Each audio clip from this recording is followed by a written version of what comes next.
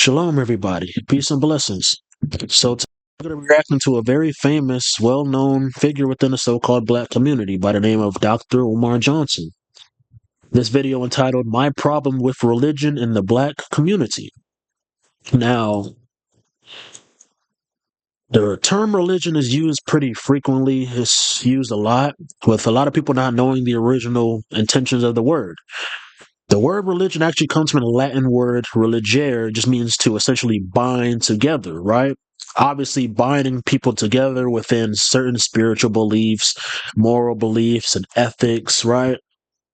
Dr. Omar Johnson's disposition when it comes to his quote unquote religions or beliefs is that of a pan-Africanist, he says. So it's a little bit confusing because Africa is obviously an entire continent. Not everybody is even the same ethnic group on Africa. Some countries have different religions that bind their people group together. Like some might be polytheists, some might be monotheists, etc. Right? There's different beliefs. So he's kind of like at a weird middle ground with his disposition, but there's no shot at the brother. My personal disposition would be of what you would call I'm gonna show y'all something real quick. So, a Sahelian Jew. Now, historically known as the Jews of the Bilad al Sudan or West African Jews, right? Now, these West African Jew communities, migrated into West Africa, right? Obviously, out of Asia, we have migrated from Yemen into East Africa, ultimately getting into West Africa. Now, the source document of this will be a book by the name of the Tariq al-Sudan, right? If you want more information on this, look this up, as I'm just going to go over it briefly. Now, these West African Jews, let's read up on it. So, we came into West Africa as merchants for trading opportunities. So various historical records state that in one time they were present in the Ghana Empire, the Mali Empire, right? Certain West African kingdoms, the Masi kingdoms, the Songhai Empire, which was then called Bilad al-Sudan, the land of the blacks. In later years, Jews who were expelled from Spain and Portugal. These specific Jews are of the same nationality, but they were dispersed in a different direction from the continent of Asia, right? Because remember, we originated in Israel. Now, these Jews dispersed into Europe, they went a different route, but historically, they ended up getting that word of the West African Jewish communities. So when they were expelled, the first place they went to was West Africa. They were expelled from Spain and Portugal, as well as Moroccan Jews. Morocco obviously being a part of North Africa, which Spain and Portugal hangs over. Migrated into the communities off the coast of Senegal, right, West Africa, on the islands of Cape Verde, West Africa. These Jewish communities continued to exist for hundreds of years, but eventually disappeared as a result of changing conditions, persecution. Now, who are they getting persecuted by?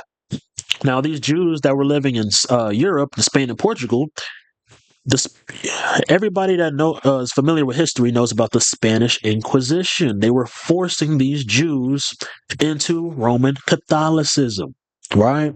You think they wanted to convert into Catholicism? No, we're the children of Israel. Our ancestors wrote the Bible. We're not going to convert into Catholicism.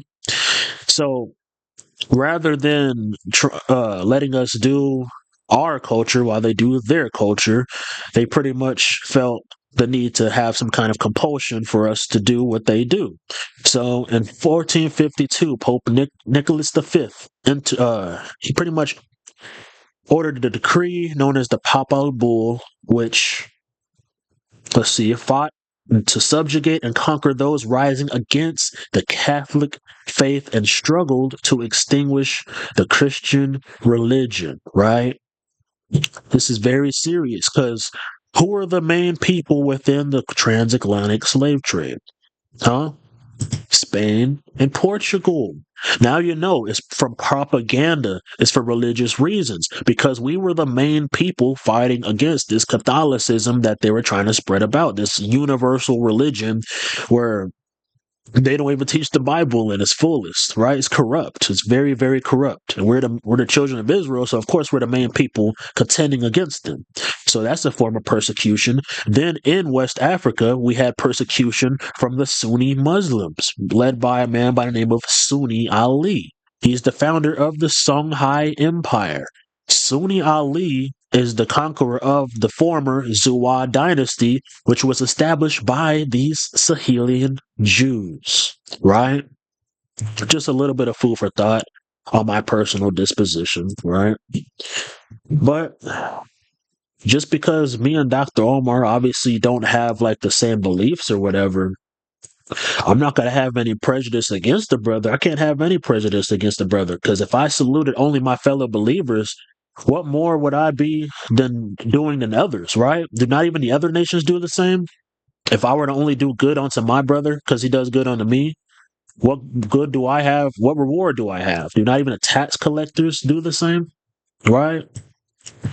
Any resistance against oppression is good resistance to me. I can respect individuals such as a Dr. Omar for speaking out against social injustices against our community, right? Now, with that being said, let's see what the brother has to say about religion within the black community. Go into the religious topic there, based off of that. Go ahead. So you've been kind of very outspoken about like religious leaders. I think specifically in the Joe Budden Patreon episodes, So he did release both episodes. They were both second one is out? Yes, the second Okay. one, and that was a while Somebody texted ago. me the other day and said, "Why Joe Budden ain't released part 2?" So maybe that's on YouTube, but I have Joe Budden's Patreon. And on the Patreon, the whole interview can be seen. I watched both the interviews. It's Gotcha. part 1 and Thank part you. 2. Okay, so I can let them know it's out there. Yes. So and you specifically called religious leaders or I think you were specifically talking about pastors. Maybe the ones that you've experienced. I'm not sure if you were being general when you were saying it, but you called them kind of narcissists. You said they're doing it a lot of the time for their own to fulfill their egos. Is that based on your experience, or is that something that you believe as a whole? And I'll go into something a little bit. My dad's a pastor, and I've specifically watched him my entire life. He became a pastor, I believe, 2 years before I was born. And I watched him my entire life not be that person, not be the narcissist, not do it for the money, and really be, first of all, an activist within my community in Toronto, and actually helping people. One thing that you talk about a lot is building institutions, and he's definitely not been able to build a building as an institution, but he himself has been an institution for people. Gotcha. And that's a good thing because you don't necessarily always need a physical institution to do good and charitable works. Sometimes the good and charitable work you do can inspire and compel another individual to do good and charitable works, and that individual might actually have the resources to establish that institution himself, right? Whether it's religious, whether it's if you need groceries and you're broke, he's done that for people. He's done everything. So when you speak about pastors like that, is that based on your experience, or is that based on something that you think is a general thing? Like, do you think that It's for based everybody? on my study of the institution of religion amongst African people all around the world, historically and in modern times. Gotcha. So there are exceptions to the rule.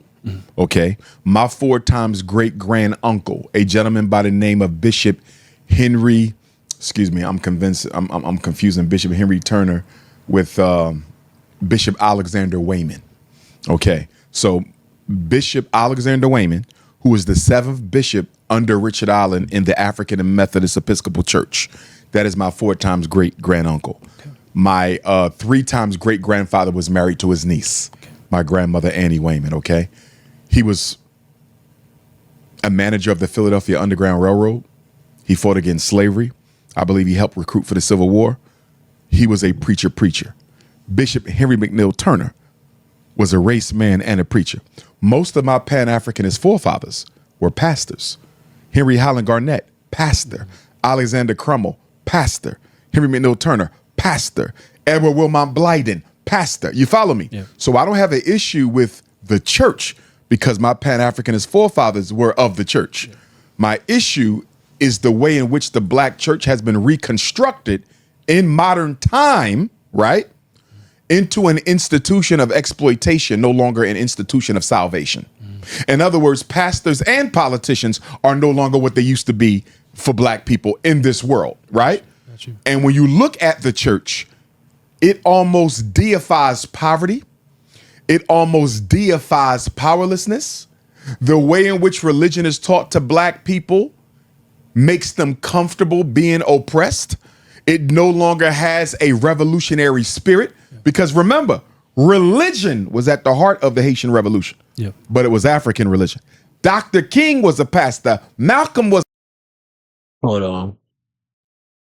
I'm going to have to fact check him right quick, brother. So he said religion. Hold on. Let me hear it one more time.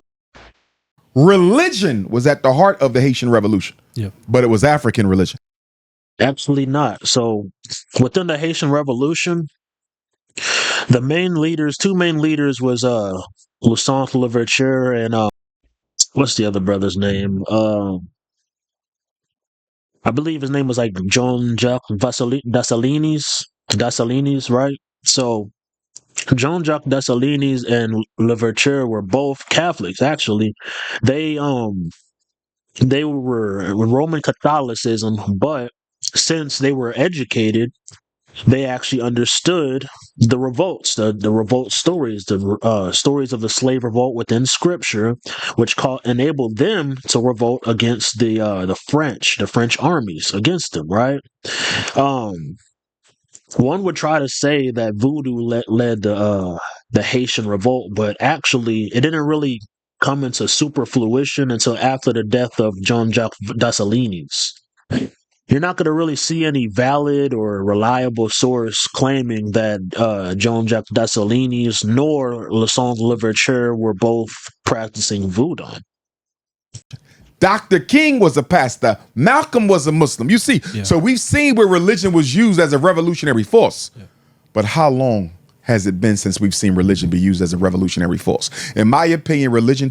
Yeah, it's been a long time since we've seen religion being used as a revolutionary force. Everybody seems so suppressed, especially with the cancel culture, etc., the censoring. It's very hard. Takes three things from black people we cannot afford to waste: too much of our time, too much of our money, and too much of our hope and energy. The reason why governments are not afraid of black religion anymore, because black religion protects the government by evangelicizing oppression as if it's coming from God and not the white man. In other words, we got to wait on. Well, there's a reason why. We have to address the root issue when it comes to that, not the cause of it. You have to ask yourself, why exactly are the black churches protecting the government? You know why? Because the government are giving them assistance. Now, those who are familiar with tax exemptions know about the 501c3.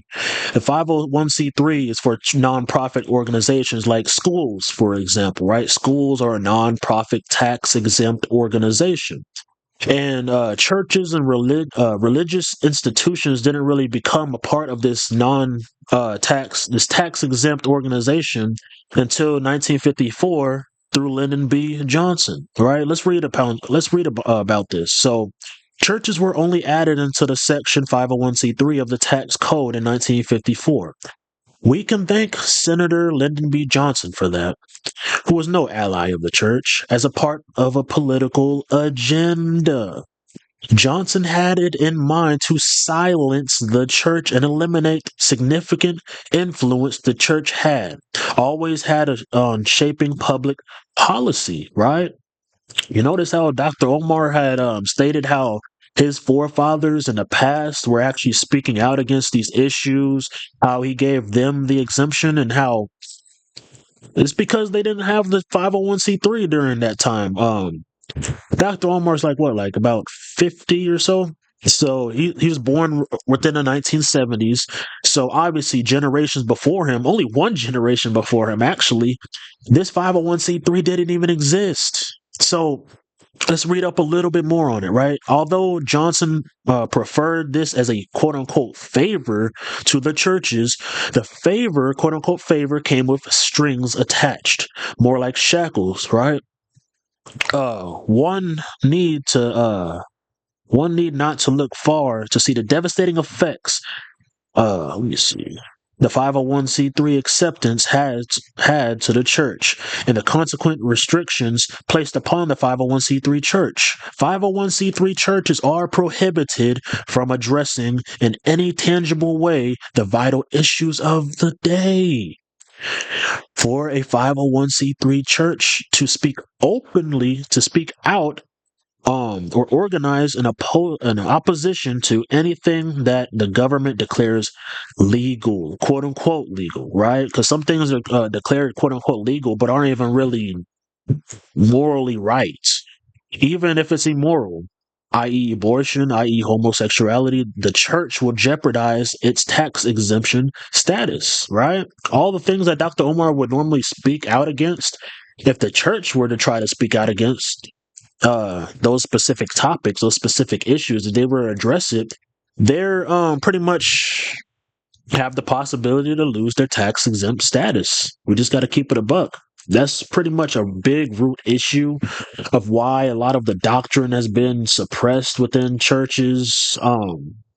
Just as the book of Ecclesiastes states, a gift, like pretty much, surely oppression will make a wise man mad. A wise man will be mad at what's going on with our people, but a gift will destroy the heart. Now, this proverbial gift, quote unquote gift, this 501c3 act, this quote unquote backhanded gift that they gave us, this is what destroyed the hearts of a lot of churches. So that's why a lot of these churches, because out of the mouth flows the abundance of the heart, their hearts are corrupted with this gift. So, of course, their doctrines are going to be corrupted with this gift, right?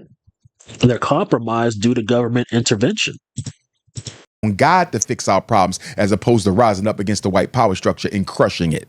How many black preachers can we say in Toronto right now or Montreal right now?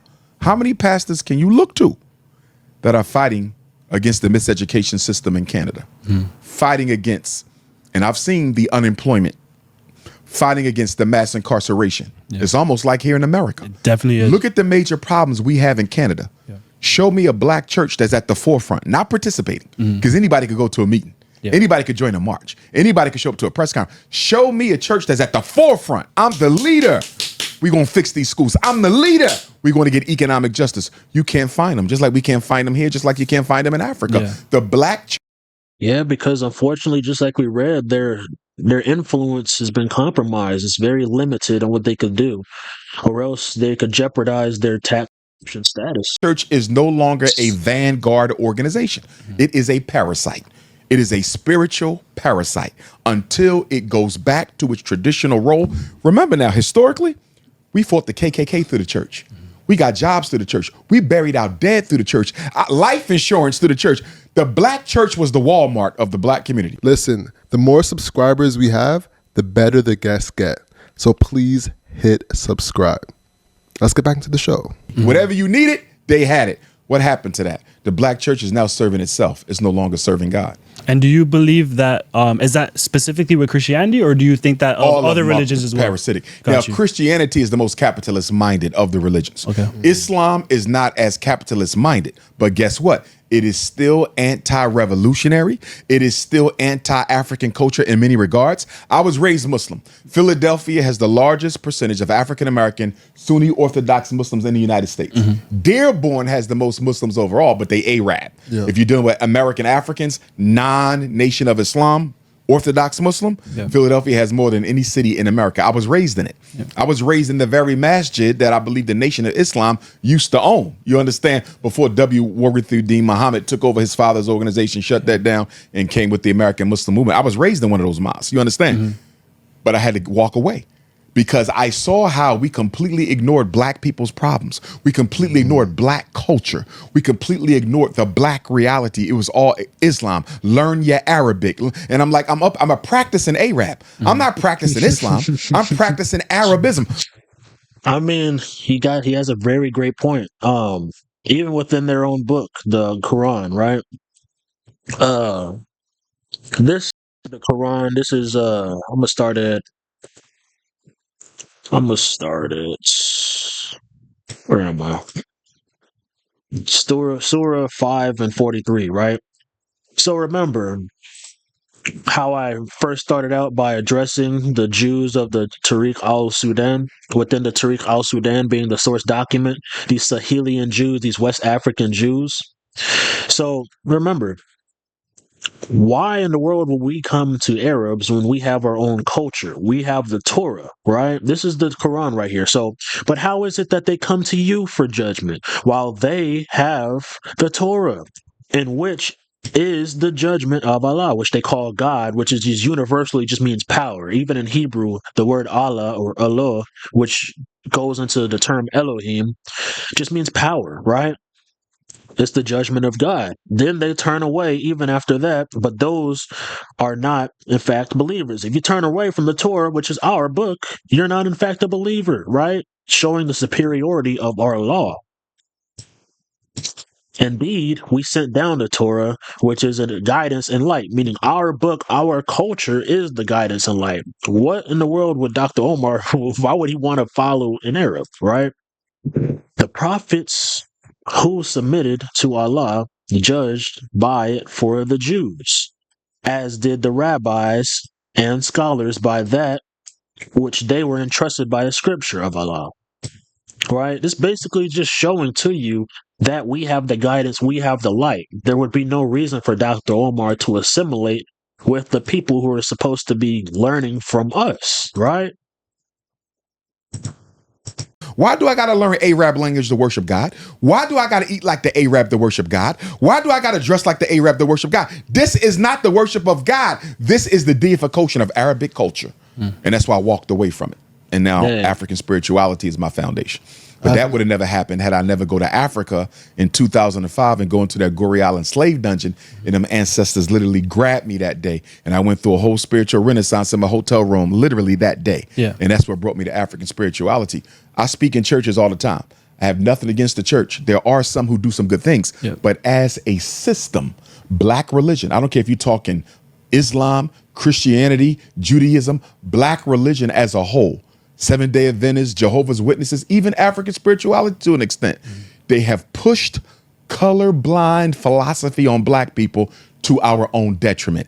Every problem that the white man has introduced into the black community, the black church has taken that problem, evangelicized it in a way that makes black people think it either ain't that bad or there's nothing they can do about it until Jesus comes. That's slave time religion. And my issue with black religion is my same issue with black politics. Now, I'm gonna run that back one more time. That's slave time religion. And my issue Hold on, with hold Seventh-day on. Adventists, Jehovah's Witnesses, even African spirituality to an extent, they have pushed colorblind philosophy on black people to our own detriment. Every problem that the white man has introduced into the black community, the black church has taken that problem, evangelicized it in a way that makes black people think it either ain't that bad or there's nothing they can do about it until Jesus comes.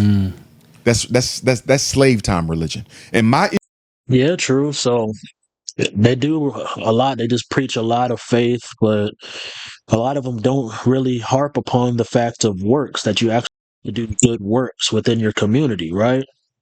There's a lot of good works, like the fact that we're not supposed to be extorting one another, which a lot of people are very guilty of, extorting one another. We should not stand idly by against the when your neighbor's life is in danger, etc. Love your neighbor as yourself. Like some people say they love the Most High, but they're so standoffish against their own people, right?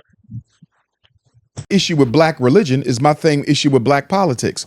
Why we still engaging in the same religious culture we engaged in on the plantation? See, on the plantation, all you could do was pray to God because you was in chains. God. Well, there's nuance when it comes to the quote unquote plantation doctrine, right? So, contrary to popular belief, some slaves did not want to be slaves, right? Actually, a lot of slaves did not want to be slaves. Um, you're gonna see a consistent thing that when a slave was highly educated and knew scripture very well, they usually rebelled. Bars, huh? So check this out. This is a brother by the name of Aluda Equiano. Now, Aluda Equiano, you can read up on about him in a book called The Interesting Narrative of the Life of Aluda Equiano, also known as Gustavus Vasa the African, published in 1979, an autobiography of Aluda Equiano, right? An African from what is now Nigeria, who was enslaved in his childhood and eventually earned his freedom, pardon me, and became an abolitionist in the United Kingdom. So a lot of his abolitionists came from his study of the Bible, right? Through his study of the Bible. Another brother who was very, very studious of the scripture and who also rebelled against the colonial powers was Nat Turner. Some brothers know about Nat Turner. I speak to some brothers. Some brothers surprisingly don't know about the powerful brother Nat Turner. But Nat Turner was also a highly educated slave. He was actually a pastor. He was a preacher during his time. He was highly educated. He had the ability to read. You see the consistency here? Those slaves who had the ability to read and actually read the entire Bible, because they also, like, after the fact, after certain revolts, they had what you would call a redacted Bible, also known as the slave Bible, where they would take out the vast majority of the Old Testament, especially the Exodus, which is a slave rebellion story, because a lot of these slaves were inspired by the story of Moses, the slave rebellion. So, check this out. Check this out. Let's read about his visions and religious activities. Turner was deeply religious and was often seen fasting, praying, or immersed in reading the stories of the Bible. He had visions that he interpreted as messages from God, which influenced his life. The historian Patrick Breen said that Nat Turner thought that God used the natural world as a backdrop from which he placed signs, right? Breen further states that Nat Turner claimed that he possessed the gift of prophecy, that he would interpret these divine revelations. You see, his rebellion was so influential that, check this out, check this out, check this out. Nat Turner. Let me show you the direct result of what happened after Nat Turner's rebellion.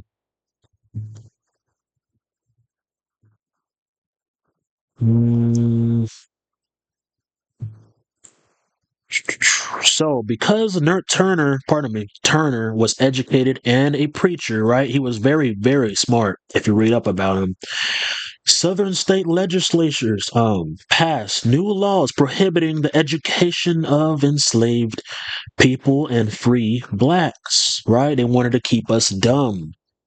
Restricting rights of assembly and other civil liberties for free blacks, right? So, the problem necessarily isn't religion, it's the intervening from the colonial powers, right? Just as it is written. Let's go to the book of Psalms 83 and 3. They have taken crafty counsel against your people, consulted against thy hidden ones. Even in modern day, do they freaking take the police and kill us without a cause? Look at this. This is the book of Zechariah, whose possessors slave them and hold themselves not guilty. And they say that sell them right into what? Bondage. Blessed be the Lord, right? They feel blessed that they sold us into bondage, for I am rich, right? Didn't they profit off of us? All of this stuff is already written and prophesied thousands of years before it ever happened. God had to solve your problems. You weren't allowed to do shit. Yeah. Now you $2 trillion in America, at least half as much in Canada. You understand? You got enough revenue to do something for yourself now, but we still on hands and knees begging God. Part of the science of prayer, as I teach, you pray for what you can't do. You never pray for what you can do. To pray for what you can do is an insult against the Creator. I can agree, right? Just as the body without the spirit is dead, so is faith without works dead also. You see what I'm saying? Yeah. Too often we're praying for what we can do. God ain't gonna respond to you. Why would God respond to you when you got the ability to do it yourself? To ask of the Creator to do something for you that you can do yourself is to make a mockery of the Most High. So would you say that you're looking for ultimately. kind of just more of an advancement of what that old culture is around a looking for a religion, like progression. reconstruction. Okay, It needs to be reconstruction. reconstructed. Reconstruction. And to your point that you opened up with, Yeah. I do believe that 99.9% of all religious leaders are in it for themselves. Got you. I look at all the brothers I know who went to jail, came out, opened up a church because it was the only hustle that was there. You know, I look at all the politicians who fell from grace, you know, or celebrities fell from grace, opened up a church because it was the only hustle that was available. You know what I mean? Like, we have to be honest. Yeah. You know, although there are some people who go into the ministry for the purpose of serving the Lord, most people go into politics and religion to serve themselves. Got you. Okay. In equal numbers, you think in equal numbers, people going to politics at the equal number or equal rate as people going into religion to serve themselves? Oh, absolutely. Really? And if you disagree with that, show me a concrete, practical benefit of black religion in Canada that our people have realized in the past 30 years, something significant. I'd say Crawford. So Crawford Adventist Church. No, what have they done? Give me the result. I don't need to know the result. So basically, there's a school in Toronto called Crawford. I went to the school. Okay. 95% black. Okay. Some people at the school, black teachers as well, and they have about a 95% graduation rate. Okay. As well. How long has Crawford been in existence? Well over 30 years. Okay. And how many students go to it's the an school? Adventist school from grade 1 to 12. I'd say about 200 to 300 kids. I appreciate the fact that they have a school, Yeah. but I'm wondering now, after 30 years, why do you only have one school? My second. Well, we can't be a hypocrite, brother. People been donating to your school for 13 years, and you have no school. No slack, brother, right? But Dr. Omar is a wise elder, but we can't be a hypocrite. Now, we have to take good heed at what we say, what we speak. Just as we can't be guilty of the same thing that we judge others for. Just as a school is a nonprofit organization, kind of how I stipulated earlier, Dr. Omar he's been talking about opening up a school for the longest time, probably about 13 years from what I've been hearing. It still hasn't opened yet, and many people have been donating to that nonprofit organization. So we can't be a hypocrite now, or else you'll be part of that 99% that you said. That's just almost a pigeonholed and absolute statement that you're making. You're pigeonholing everybody to that specific ideology. Second question to you. Do I have to be a Christian to go to that school? No. Okay. Okay. Then I can live with that, but they should have more than one by now. So I think the challenge is they're Adventist, and there's a bit of bureaucracy between the channels of the Adventist like board. You know, so I think they're kind of dealing with that. Yeah, they're not big enough they're just not big enough or popular enough to actually do that. Whereas Why are they Catholic schools still are under everywhere. the Adventist umbrella? The Adventist is a white congregation. That's the challenge. Why are they under it? And what's happening is that there's an Adventist. Be unapologetically African.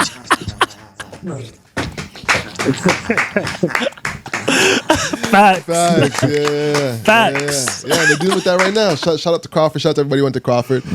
Speaking of, actually, there's a lot of success stories out of that. Matter of fact, all of the other school, Kingsway College, is where Daniel Caesar came from. Okay. But And salute the Crawford for the school, because Yeah. that's a relevant institution. Yep. Now, give me a church that's involved in some serious political agitation against police brutality, gentrification, economic genocide, mass incarceration, miseducation. okay, so I'd say Scarborough SDA. They have a prison program that they do, where they go into the prisons and I ain't talking about no prison ministry. Okay. What are they doing to fight against the system of mass incarceration? We're trying. There's probably some out there, but a lot of them, like I said, they've been compromised, especially by those 501c3, because they are considered a non organization. That was a very great informational video. I can understand why Dr. Omar stands where he stands, but he stands in a little bit of an absolute in regards to his stance. But I enjoyed it. Comment who else you want me to react to, and until next time, shalom.